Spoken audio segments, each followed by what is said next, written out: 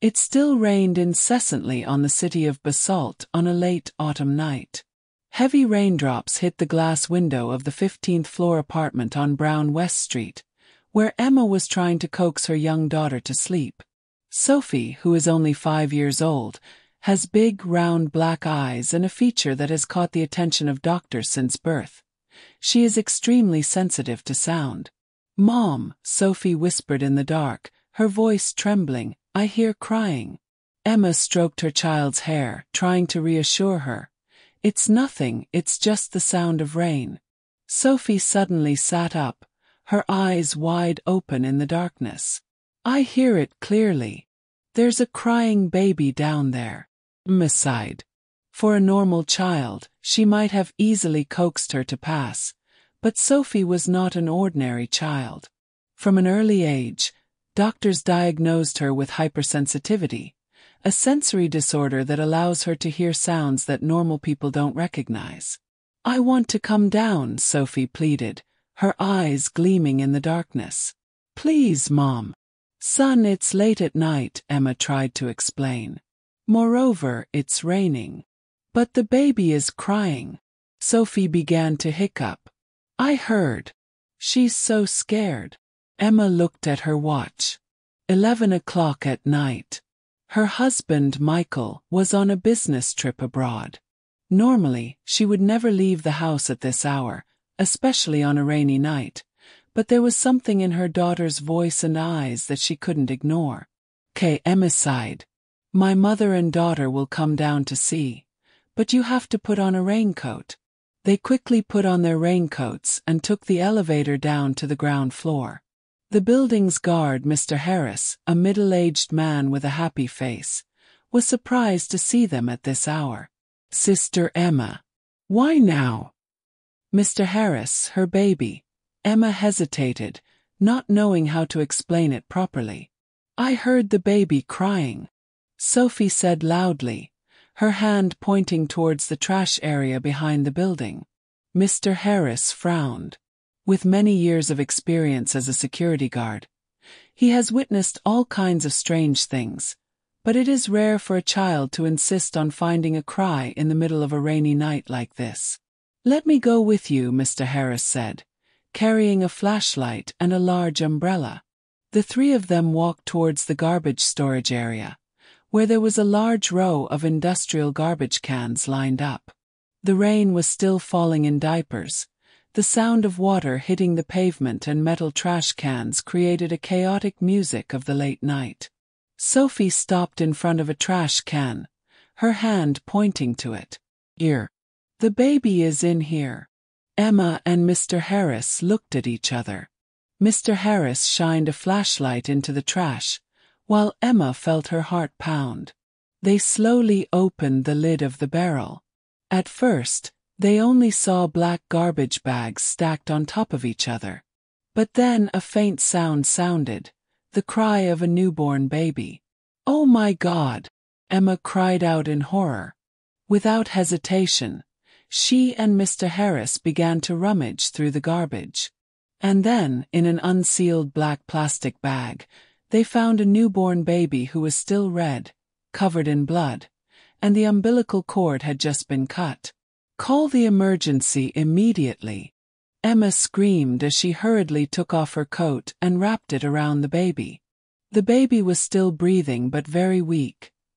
His skin was pale purple from the cold. Mr. Harris immediately called the emergency and police, while Sophie stood there, tears rolling down her cheeks. In B. So lamb. Emma hugged the baby tightly in her arms, trying to infuse her warmth into the little creature. In her mind was a mess of emotions, both horrified, painful, and angry. How could any mother ruthlessly throw away her child like this? 15 minutes later, the sound of an ambulance horn tore through the night. Paramedics quickly received the baby and administered first aid measures. Emma decided to follow the ambulance to the hospital, after asking Mr. Harris to look after Sophie. "Oh, I want to go with you," Sophie cried loudly when Mr. Harris tried to hold her back. Son, Emma knelt down, holding her daughter's hand. I promise to take good care of the baby. Will you stay home with Mr. Harris? I'll call you as soon as I get the news. Sophie was still crying but finally nodded. Perhaps you understand that the most important thing at this time is to save the baby's life. In the ambulance, Emma did not take her eyes off the baby who was being cared for by medical staff. He was too small, too weak. His skin was still purple, but at least he had started crying louder, a sign that he was fighting to live. You are the one who found the baby? Asked a young nurse while injecting the baby. Emma nodded. My daughter. He heard the cry. Fortunately, you found out in time, the nurse said. With this cold and rainy weather, if you leave it for a few more hours. She didn't finish the sentence, but Emma understood. A chill ran down her spine as she thought of what might have happened if Sophie hadn't had her special ability. At the hospital, the baby was immediately taken to the emergency room. Emma sat and waited outside, her heart burning like a fire. She kept looking at the clock, every minute passing like a century. While waiting, she called home to check on Sophie's situation. Mr. Harris reassured him that he had fallen asleep on the sofa, probably because he was too tired from the strong emotions. 2 hours later, Dr. Nguyen Sophie, the head of the neonatology department, walked out with a serious expression. Emma hurriedly stood up, her heart pounding. You were the one who discovered the baby, didn't you? The doctor asked. Emma nodded, speechless. Fortunately, I found out in time, the doctor said. The baby was severely hypothermic and deprived of oxygen, but we were able to stabilize the condition. However, the coming hours are very important. Do you think the baby will survive? Emma asked, her voice trembling. The baby has a very strong will to live, the doctor smiles. But we need another 48 hours of monitoring to be sure. Emma breathed a sigh of relief, but then worried. Is the baby a girl or a boy? It's a girl, the doctor replied. I was born about 2 to 3 hours before I found her. Fortunately, the baby was full term and there were no obvious birth defects. Emma nodded, feeling a strange connection to the baby. Perhaps it was because of the special circumstances in which they met, or maybe it was because your faint cry had touched her heart in some way. Can I visit him? Yes, but you have to wear protective gear and can only look through the glass door. The baby is being placed in an incubator to control body temperature. Emma followed the doctor into the intensive care unit. Through the glass, she saw the baby lying in the incubator, surrounded by machines and wires. The baby is too small, too fragile, but still fighting resiliently to live.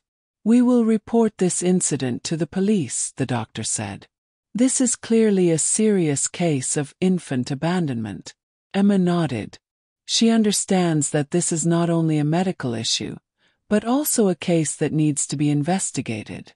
In her heart, she had a complicated feeling, wanting to find out and blame the mother for abandoning her child, and wondering what circumstances had pushed a mother to such a cruel decision. When it was just daylight, Michael, Emma's husband, called back after receiving his wife's message. He is in Singapore for an important project. Are you okay? His voice was full of worry. Why did you go out at that time? Emma recounted the whole story, how Sophie had heard the cry and insisted on finding her. The other end of the line was silent for a long time. Maybe this is fate, Michael finally said. Her special ability saved a life. I'm thinking. Emma hesitated. If no one adopts the baby will have to go to an orphanage. I'm thinking of adopting. Michael asked directly. I don't know yet. Emma sighed.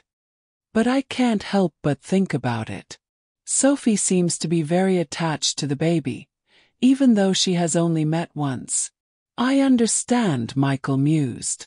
Let me arrange work to come home early. We'll discuss this carefully. Meanwhile, the police have started an investigation. The building's security camera captured a young woman wearing a mask and a tight hat, hurriedly dropping a black bag into the trash at around 9 p.m. However, due to the rain and unfavorable shooting angle, identification was difficult. The story of the abandoned baby quickly spread among the residents. Many people came to the hospital to visit and support. Some people bring baby clothes, some donate money to help with treatment costs. Sophie also asked to go to the hospital to visit the baby as soon as she woke up. She stood for hours by the glass door, her big round eyes not leaving the baby in the incubator.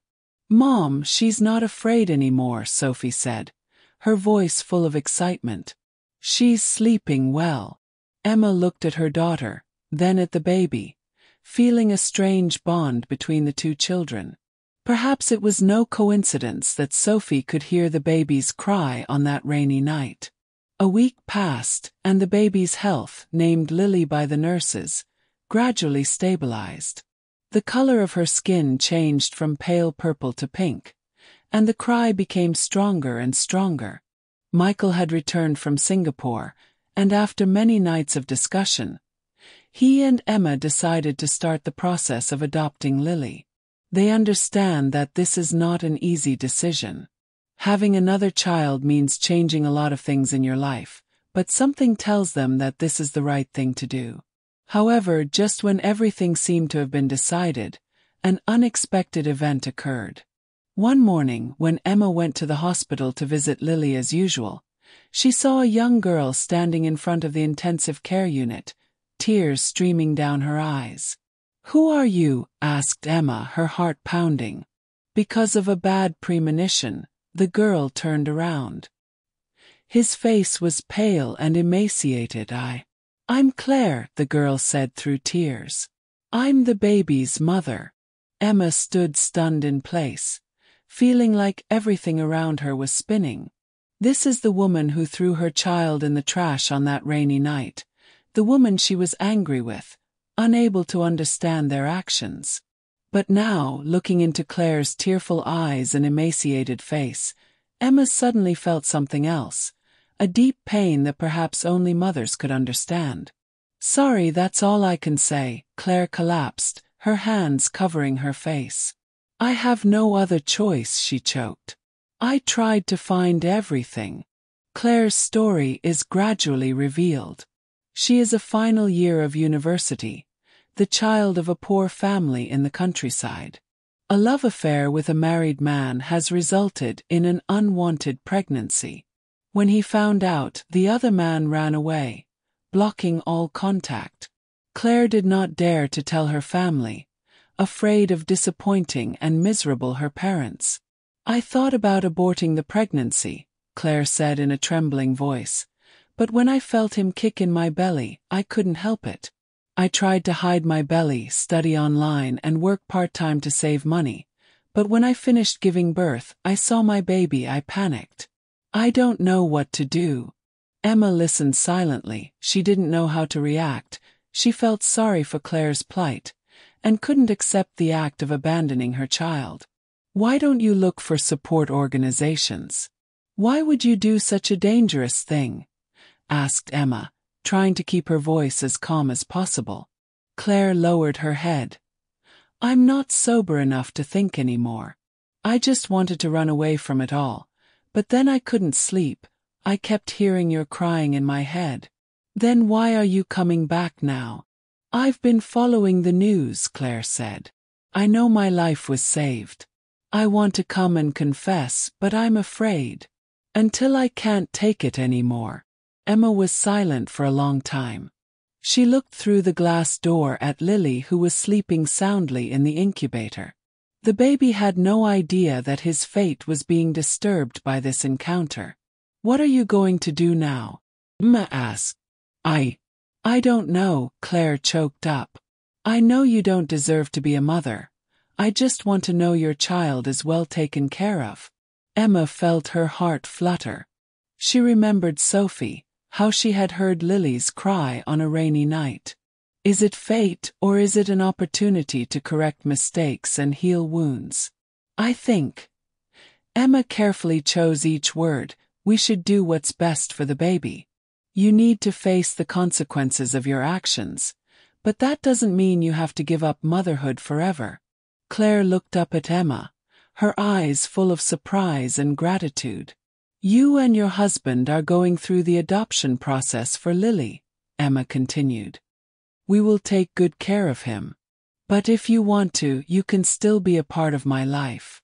Are you telling the truth? Asked Claire, her voice trembling. She needs to be raised in love, Emma said. And love is never superfluous. Their conversation was interrupted by the arrival of the police. Claire confessed, and she faced the legal consequences of her actions. However, due to many extenuating circumstances and sincere repentance, she was dealt with the lightest sentence. Emma and Michael continue the process of adopting Lily. They did not stop Claire from visiting her child, but also helped her face her family and rebuild her life. Sophie seemed to understand everything, even though she was so young. Aunt Claire loves you too, Lily, doesn't she?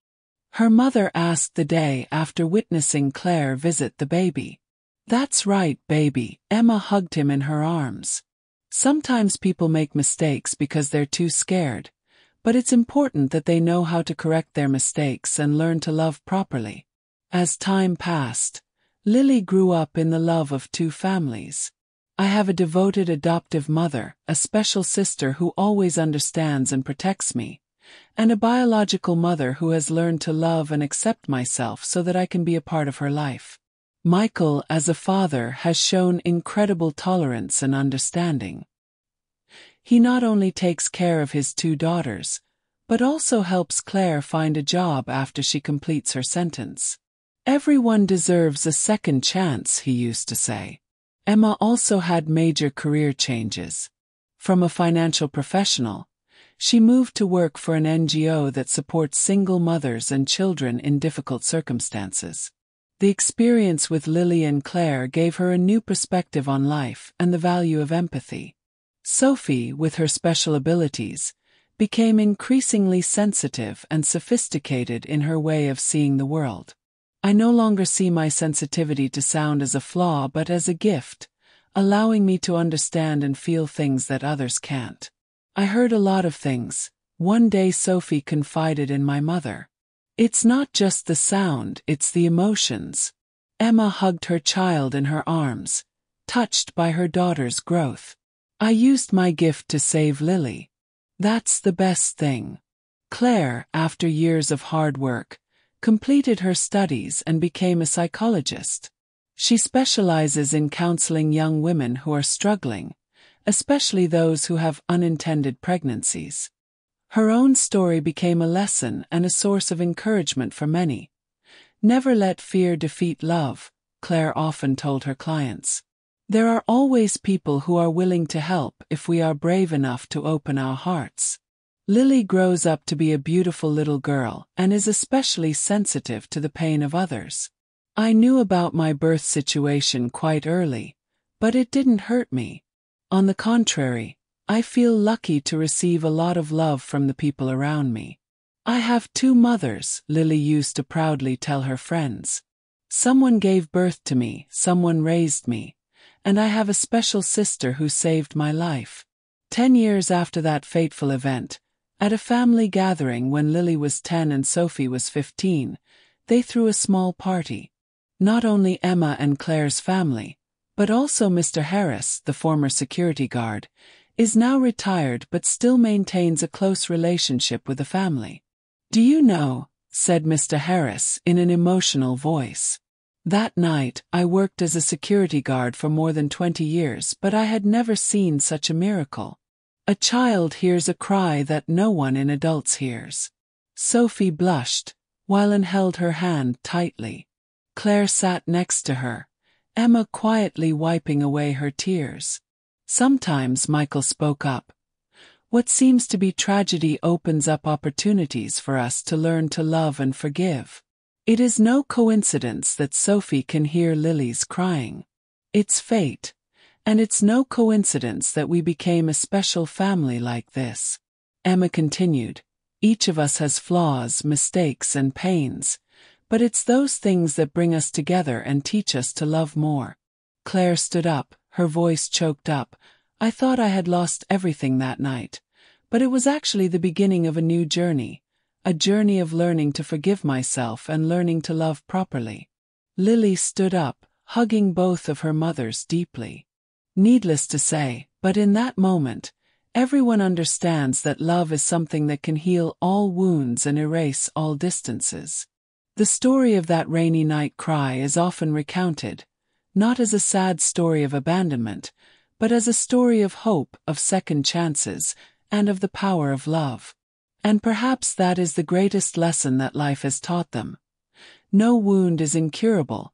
No distance is insurmountable if we know how to open our hearts to receive and give love.